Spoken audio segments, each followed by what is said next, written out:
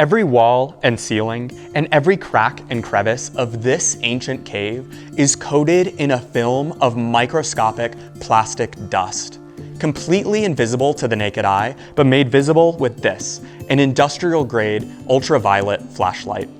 It's important to understand how all of these microplastics came to exist deep underground in such a unique place.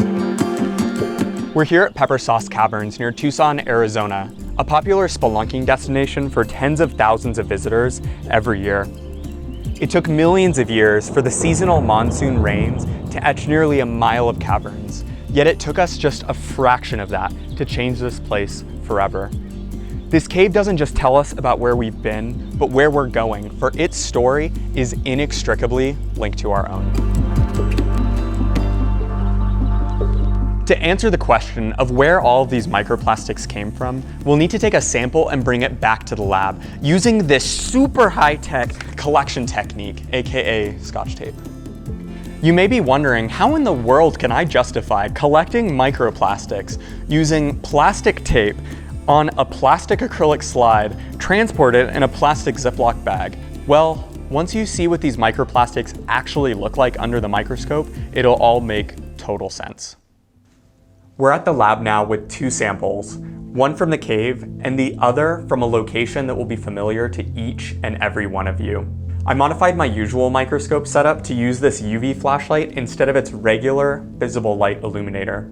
Under the microscope, you can see the particles from each sample are nearly identical in their fibrous nature, their color, and texture. The perfectly smooth, extruded surfaces of these fibers is indicative of their synthetic origin. So where did I get that second sample?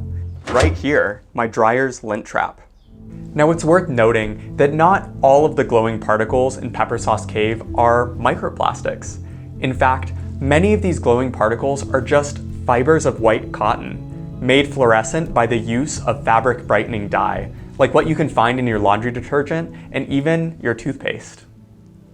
So the answer to the question of where all of the microplastics in Pepper Sauce Cave came from is us.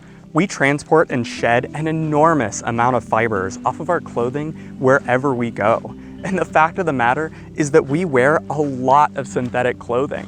Polyesters, nylon, acrylic, these are all types of plastics spun into clothing. And you'll find synthetic fibers being used everywhere. My car seat, this rag, my shoes, a medical mask, my backpack, the bag that holds my clementines. The true implications of our release of microplastic fibers into the environment is currently uncertain. The range of effects could be anywhere from causing ocean food chain collapse and fish die-offs to it being completely benign and not affecting anything. But as is the case with most things in life, the truth probably lies somewhere in the middle, where it's not as bad as you think it is, but it's also not as good as you wish it was. If you'd like to reduce your personal emission of microplastic fibers into the environment, the simplest thing you could do is just to preferentially buy natural fiber clothing like cotton instead of synthetics. This all goes to show that, like a shadow projected from its host, our addiction to plastic will follow us no matter where we go.